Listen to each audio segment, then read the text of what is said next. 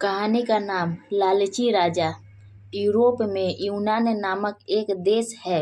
यूनान में पुराने समय में मीरादास नाम का एक राजा राज्य करता था। राजा मीरादास बड़ा ही लालची था। अपनी पुत्री को छोड़कर उसे दूसरी कोई वस्तु संसार में प्यारी नहीं थी।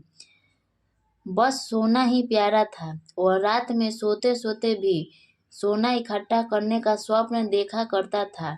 एक दिन राजा मीरादास अपने खजाने में बैठा सोने की ईंटें और असरफियाँ गिन रहा था। अचानक वहाँ एक देवदूत आया। उसने राजा से कहा, मीरादास, तुम बहुत धनी हो।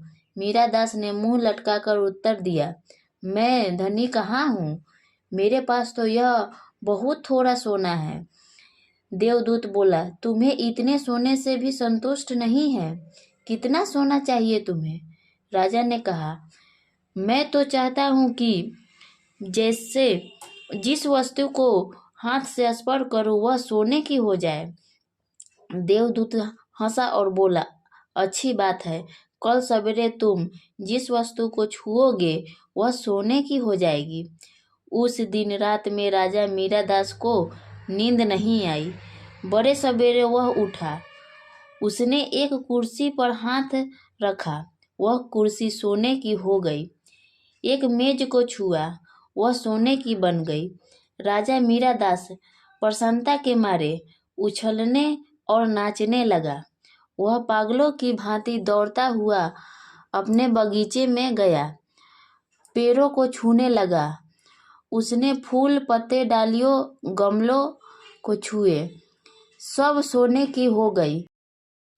सब चमाचम चमकने लगे। मीरादास के पास सोने का पार नहीं रहा। दौड़ते उछलते मीरादास थक गया।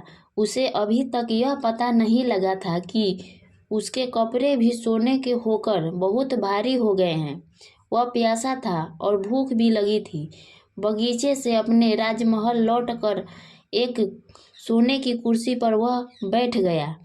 एक नौकर ने उसके आगे भोजन और पानी रख दिया, लेकिन जैसे ही मीरादास ने भोजन को हाथ लगाया, सब सोने का बन गया। उसे पानी पीने के लिए गिलास उठाया तो गिलास और पानी सोने का हो गया। मीरादास के सामने सोने की रोटियां, सोने के चावल, सोने के आलू आदि रखे थे और वह भूखा था, प्यासा था। सोना चबाकर उसकी भूख नहीं मिट सकती थी। मीरादास रो पड़ा। उसी समय उसकी पुत्री खेलते हुए वहाँ आई। अपने पिता को रोते देखकर वह पिता के गोद में चढ़कर उसे आंसू पोंछने लगी। मीरादास ने पुत्री को अपने छाती से लगा लिया, लेकिन अब उसकी पुत्री वहाँ कहाँ थी? मीरादास के गोद में तो उसकी पुत्री की सोने की इतनी वजन मूर्ति थी कि उसे वह गोद में उठाए भी नहीं रख सकता था। बेचारा मीरादास सिर पीट पीट कर रोने लगा। देवदूत को दया आ गई। वह फिर प्रकट हुआ। उसे देखते ही मीरादास उसके पैर में गिर पड़ा और गिड़गिड़ा कर प्रार्थना करने लगा, आप अपना वरदान वापस ले लीजिए। देवदूत पूछा, मीरादास, अब तुम्हें सोना नहीं चाहिए? बताओ तो, एक गिलास पानी का मूल्य है या सोने का? एक टुकड़ा रोटी भली या सोना? मीरादास हाथ जोड़कर कहा, मुझे सोना नहीं चाहिए। मैं जान गया कि मनुष्य को सोना नहीं चाहिए।